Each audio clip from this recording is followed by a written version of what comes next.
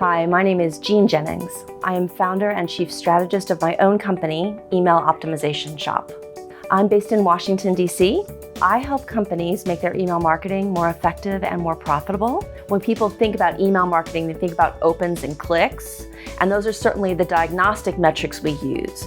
But as a consultant and as a business, you really need to think about more bottom line metrics when you're looking to test what's doing better performance-wise. Some people are looking for the recurring monthly value, so what people are paying on a recurring basis. Other people are really looking to drive traffic to their website. So their KPI is just how many visitors email can drive to their website. Sometimes it's to view advertising, sometimes it's to look at content and then they can refer them out. So it's always interesting to hear what KPIs people are using out there.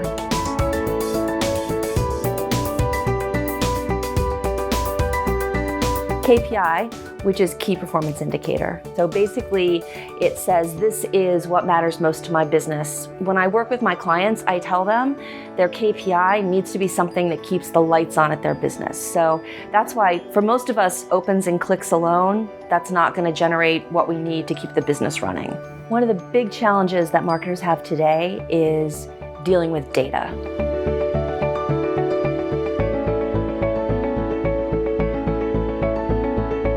There's a lot of discussion today about data and personal data, and I think that for most organizations that I deal with, the problem isn't that they don't have enough data, the problem is that they are buried in data, and they're so buried that it almost paralyzes them.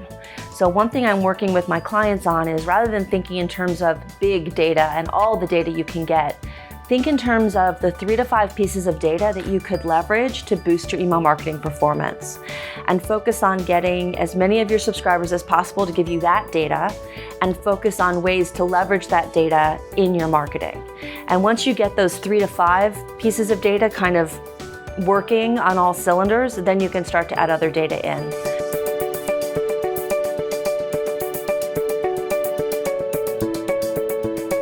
I think the way I help my clients be consumer-centric is really thinking about email in terms of building relationships as opposed to just driving sales or whatever their bottom line business goals are. Now, don't get me wrong. If you don't meet the bottom line business goals, the business is going to fail.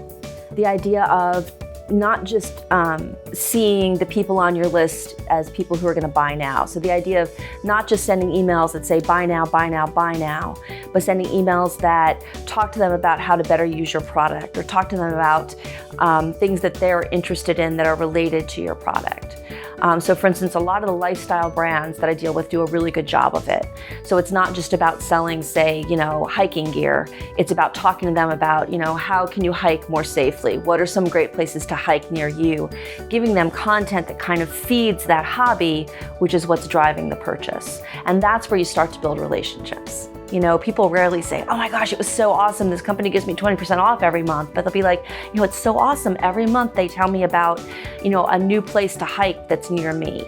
And they're always really great, and they're things that I wouldn't necessarily have found otherwise.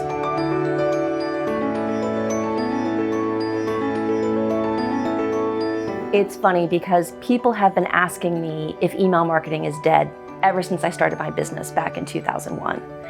And the answer is a solid, hardcore no. Email marketing for a very long time has been the #1 channel in terms of return on investment. In most companies, if you look at all of the channels they're dealing with, email is the one that is bringing in the most revenue, the most profitable, and it's such a low-cost channel to play in. So I think the good news on that is the pendulum's kind of swinging back to where people are recognizing the value of email again. For a lot of years, that was the whole mantra, email is dead. And in a way, it kind of worked in our favor, because as fewer and fewer companies were emailing, there was more space in the inbox for my clients. So the pendulum is definitely swinging back. People are now again realizing the value of email.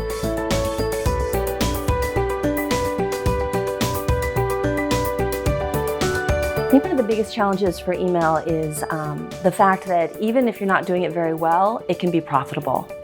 So a lot of companies are leaving a lot of money on the table when they do their email marketing. They sort of go, oh, there's email, it's generating a good return, let's move on. So what I do when I go into companies is you really try to shake it up. I reimagine the emails they're sending or the program or the segmentation. It could be anything in a way that's going to generate more money. And then when we go out and do an A/B split test and we raise their revenue by 50%, 100%, 192% like we did last week for a client, it's like they're shocked because they couldn't believe that it was even possible. So I think that's one of the challenges, is just really not settling for good profitability, but putting a little bit of investment in to get it to great profitability, which usually doesn't take much time. So that's the first part. I think the second part is just time and resources. A lot of the email marketing departments I deal with, and sometimes I deal with people where email is a small sliver of their whole job. They're busy, they don't have the time to put toward it. So the way we try to address that with our clients is we really look to automation. The other thing that's great about automation is if you set it up correctly, emails are triggered by an action that the consumer takes, so they're highly relevant. And that can generate a lot of email. Things like a abandoned cart program. I had a client that was doing it when one of their junior people had time. We automated it. We found out we were generating $16 in revenue for every email that was sent. So something like that can be a huge boon to the bottom line. Taking it off someone's plate frees them up to do some higher value work. It's really great. I was pulling statistics for my talk here at eTel East, and there was one study that said that 1 out of 8 tests would return a significant return on investment. There was another analysis of Microsoft that showed that about 1/3 of their testing was showing really good performance improvements, about 1/3 was neutral, and about 1/3 were losers. What I'm seeing with my clients is we definitely are showing an increase in profits with our test versions at least 75% of the time. And I would say that about 50% of the time they're actually dramatically significant. So it's really gratifying to see those kind of results. And it's actually very good for the business because it makes it kind of a no-brainer for clients to keep me on.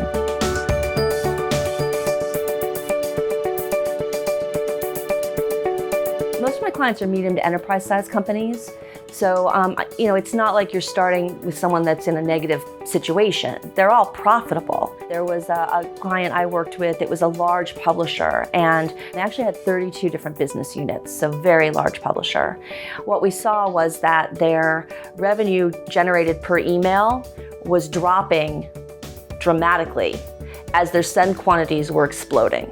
So what was happening is all of the business units were just mailing more and more and more, but they were working off a single database, so these people were getting bombarded with email, and they were just not responding as well. So we put together a program that was dramatically successful for them. We had sort of 8 key points. Some of them were carrots, like we offered our own resources to go in and look at the email marketing they were doing, and we did a lot with optimizing the performance, but then there were also a lot of sticks. For instance, there were internal costs associated with sending email, but they were very cheap, so we tripled it. So it made them think twice about just sending more email for a campaign. And then the other thing we did that really was unpopular at first was we mandated a 10% decrease in send quantities across the board. So you had to send 10% less email than you sent last year, which was crazy. The thing that we found is that by forcing them to cut their send quantities, they kind of had to come talk to us about the carrots of improving performance, because otherwise they didn't know if they were going to make their numbers. And so it was a great way for them to welcome us in. And then once we came in, maybe they had a 10% decrease in send quantities, but if we could increase revenue by 100%, it was a win-win all the way around. So basically we helped them work smarter instead of working harder. And over the course of, we started to see the impact about 6 months out, where we started to see that revenue per email start to inch back up.